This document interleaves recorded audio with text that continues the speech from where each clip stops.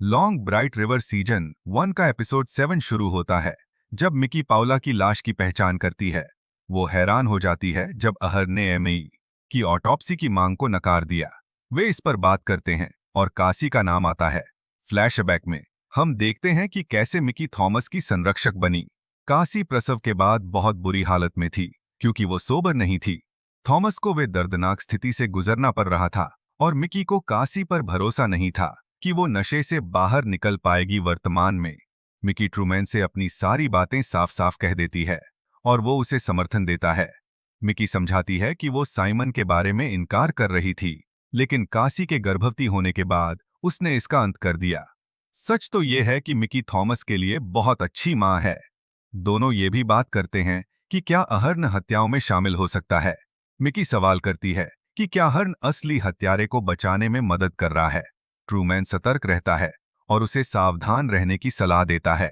इसके अलावा ये चिंता भी है कि साइमन अभी भी हत्यारा हो सकता है और मिकी ये पेशकश करती है कि वो साइमन से पूछताछ कर सकती है।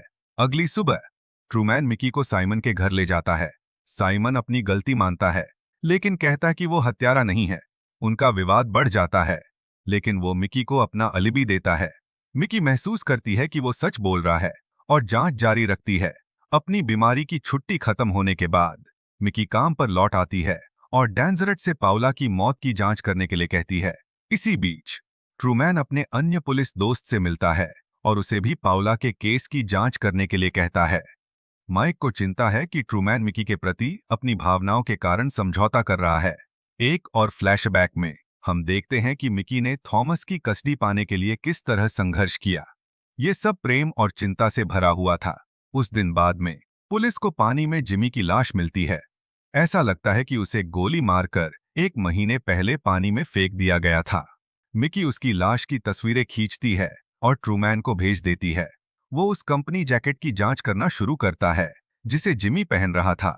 वे ये भी पता लगाते हैं कि जिमी किसके साथ आखिरी बार मिला था, और वो है मेलिसा। रात को जी पॉप मिकी से मिलने आता है और उसे उसके पिता के बारे में सच्चाई छिपाने के लिए माफी मांगता है।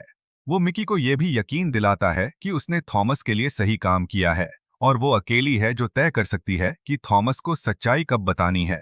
वे कासी के बारे में भी बात करते हैं कि कैसे कासी उनकी मां के नशे के दौर के दौरान पैदा हुई थी। मिकी को आखिरकार समझ में आता है कि कासी के लिए सोबर रहना इतना मुश्किल क्यों था। मिकी ये बताती है कि वो सोचती है कि कासी उससे डर रही थी क्योंकि उसे लगता था कि मिकी उसका दूसरा बच्चा छीन लेगी। अगली सुबह मिकी पाउला के अंतिम संस्कार में शामिल होती है और कासी भी वहां आती है, लेकिन वो मिकी से बात करने से मना कर देती है। वो सिर्फ ये कहती है कि वो सोबर है और अपने बच्चे को रखेगी।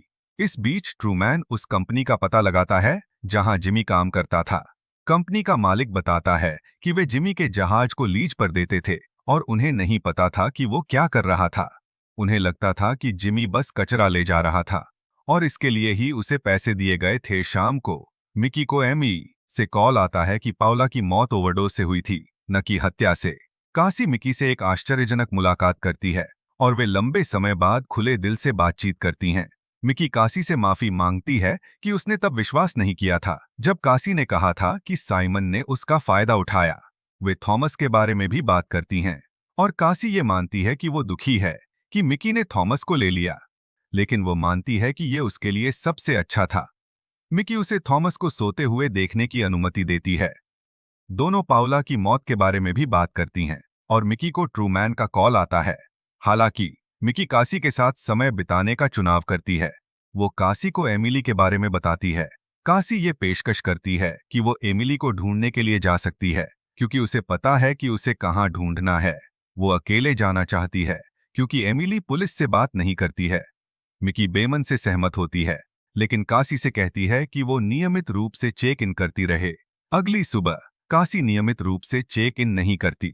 मिकी परेशान हो जाती है और लगभग अपनी मीटिंग ट्रूमैन के साथ मिस कर देती है। वो उसे यकीन दिलाता है कि कासी ठीक है और एक गोदाम की जांच करने के लिए आगे बढ़ने का प्रस्ताव करता है जो जिमी से जुड़ा हो सकता है। ट्रूमैन एक और पुलिस दोस्त को कॉल करता है और गोदाम की ओर बढ़ता है। वो मिकी से कहता है कि वो कार में रहे जबकि वो अपने दोस्त से बात करता है और गोदाम की जांच करता है। घटनास्थल पर बहुत से पुलिस अधिकारी साक्ष्य की सूची बना रहे हैं और मिकी को वहां होना चाहिए। ऐसा लगता है कि जिमी नए ड्रग्स के लिए ड्रग्स जमा कर रहा था।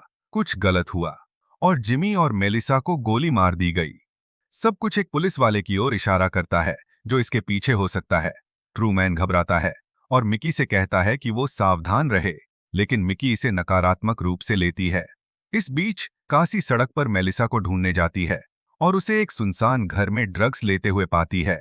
वो मिकी को लोकेशन पर टेक्स्ट करती है और उसकी बहन उसे ढूंढने के लिए दौड़ पड़ती है। हालांकि जब मिकी वहां पहुंचती है तो मेलिसा चली गई होती है।